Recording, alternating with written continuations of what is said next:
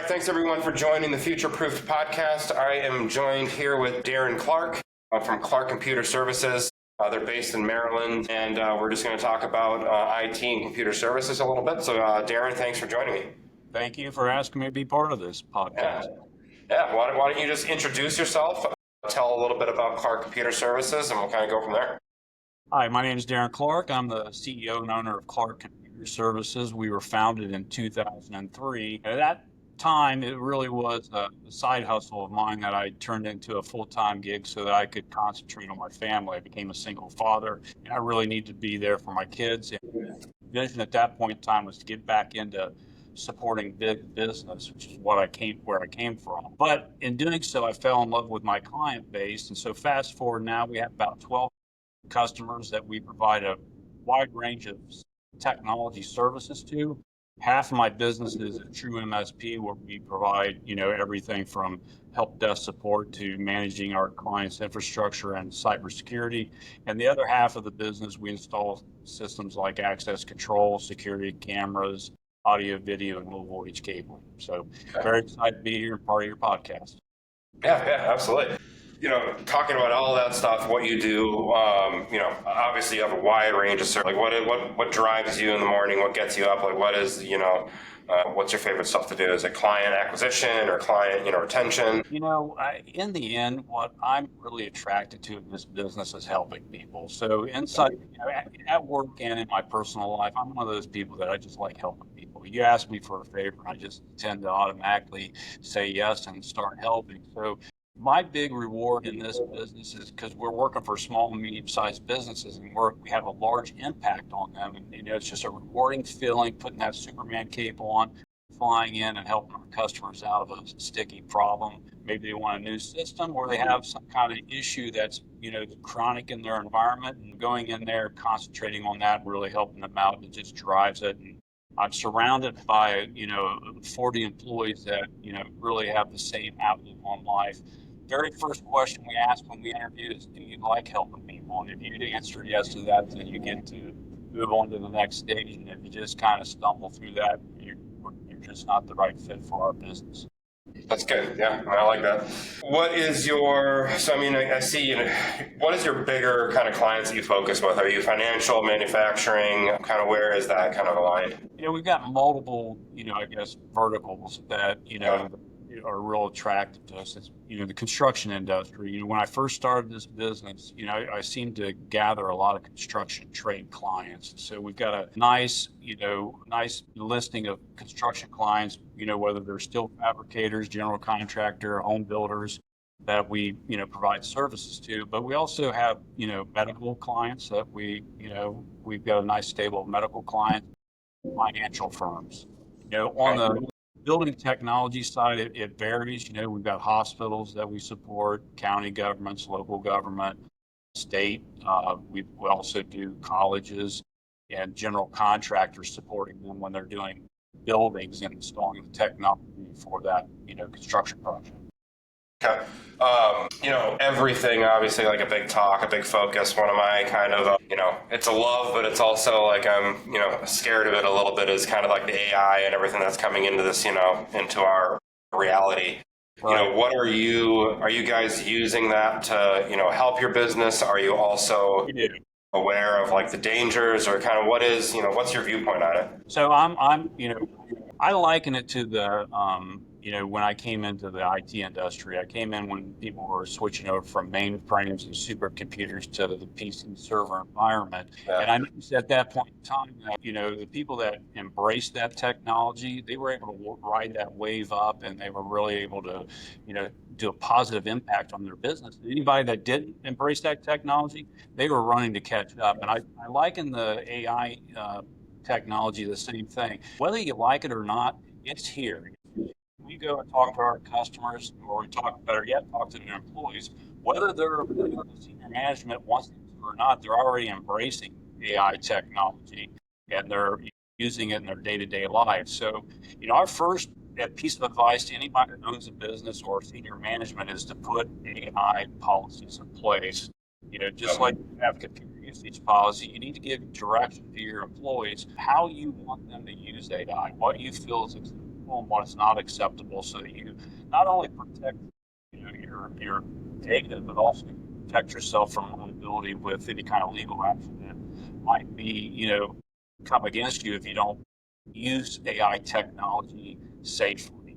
So right now, what we're really concentrating on is spending time educating our clients on the use of that technology, AI technology. And that could be from systems that you put in place that, work within some type of business management software that you have.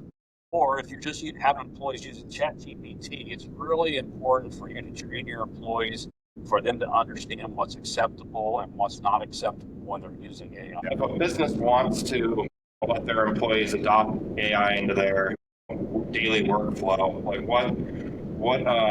what risks are there, and kind of what are your suggestions on them to kind of avoid any type of risk to their business? Well, first thing, taking a security, point of view is you got to be careful what information you're putting into your, AI system. I'll use ChatGPT because it's an easy example, for people to kind of understand, because most people right now, have at least, toyed with using ChatGPT. You don't know what, the security is on the other end of that technology, and so you got to be real careful of what information you put in there. You definitely don't want to put anything that would be covered under some type of security guideline like HIPAA or CJIS. If that data is protected under those type of federal guidelines, then you do not want to put it into ChatGPT, because you can't definitely say that information is secure. So the number one thing that we train our employees on is, or not only our employees, but our clients on is, what is acceptable to put into that ChatGPT window or any type of AI technology. You really got to understand the trainings online of whatever, like phishing and malware and like all that stuff, sexual harassment. Yeah, that's probably going to be another thing that you're going to have to make as an AI. Right now, we're offering, lunch and learns to our clients so that to help them understand what's acceptable and what's not acceptable. Interesting. All right. Well, thanks for that. It's like you said, it's not going anywhere. I think they say like the adoption of it, like all the early adopters are going to really understand it well, or really be able to kind of leverage it and kind of grow your business. And if you kind of wait, you're probably going to be behind the eight ball on that. Right. I agree. What so I know that you mentioned, I think that you mentioned like really what your main drive to this business was connection, helping people out.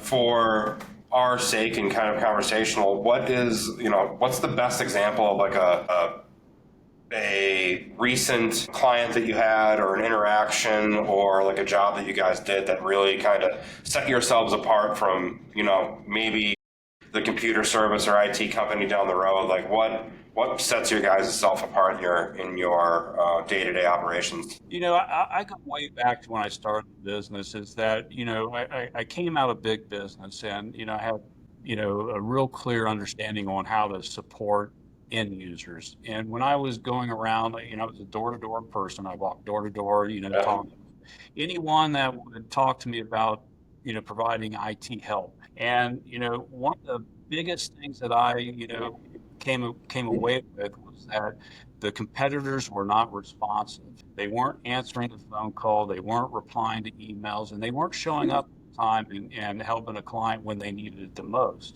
And so, one of the big focuses, I emphasize on our team culture here is responsiveness. A client will forgive a lot, but what they won't forgive is that you not being there at the time it needs. And so, to really build loyalty, you have to answer that phone, you have to reply to that email message, and you have to show up when your client needs you. And if you can't do that in this environment, since there's so many competitors out there, they'll just go to the next person. So if you want to really build long-term clients, you got to show them that you're there when they need you. And I call that responsiveness. Yeah, well, and also, it's crazy. So, obviously, when you started the business in 2003, and then through, the beginning of it, back then, the word of mouth went a lot slower. So, obviously, if you didn't follow up and do what you needed to do, obviously, none of us in business want to do that. But if there was a mistake that happened, now it's like instant. They can just go jump on you. Yeah. So, no, I think that's immensely important to really focus on that.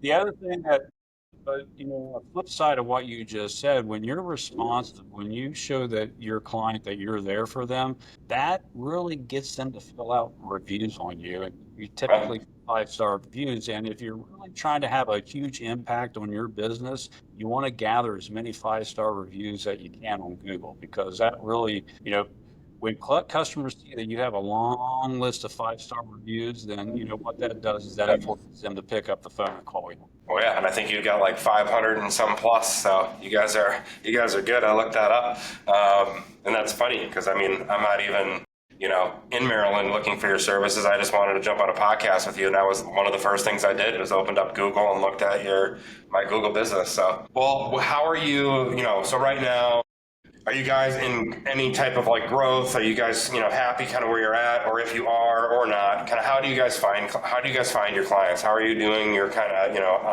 lead gather or outreach or anything like that? Kind of what do you guys do? Or is it all just word of mouth? No, well, we've been growing for the last 10 years at 34% on average a year. And the only Okay. way you could do that, once you get past a certain size, is have a very organized approach to business development. And, so, and you really have to look at the services that you're offering and decide what's the best avenue for business development for those services. Like I said earlier, half of our business is installing building technology, and that to bring in new clients, new sales, is a different approach on that side. It's more on looking for opportunities and putting bids in. But on the MSP side, we're real heavy on digital advertising. We'll on and off, we'll do radio ads. Of course, we like referrals, and we also try to grow organically within our existing customer base by, having a constant trickle of communication to them, offering them additional services. So, really, if you're a business owner with any type of business, you really have to take a step back and look at what's the best, marketing approach for your type of business and the services or products that you offer. No, that's a good approach. Obviously, the word of mouth and warm connections is obviously the best. Yes, it's the But best. yeah, but you always have to do some type of outbound, marketing and stuff.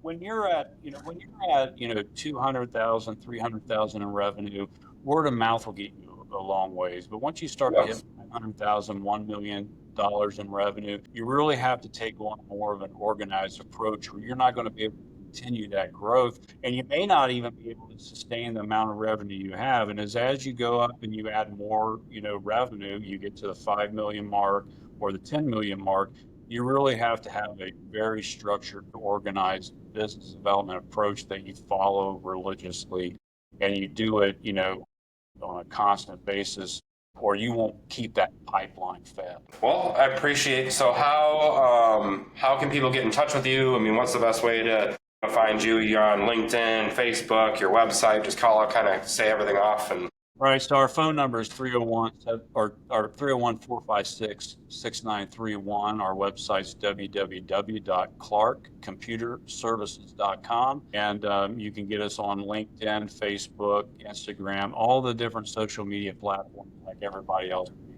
try to stay up on. So with a constant trickle. Darren, go dance on TikTok or anything, or no? No, we don't do TikTok. We haven't really found much success when we've tested that. So, but hey, it would bring me revenue in, I would definitely do it again. So I'd also Cool. sing. All right. Well, thank you so much, Darren. It was a pleasure. You have a good day, and thank you for having me.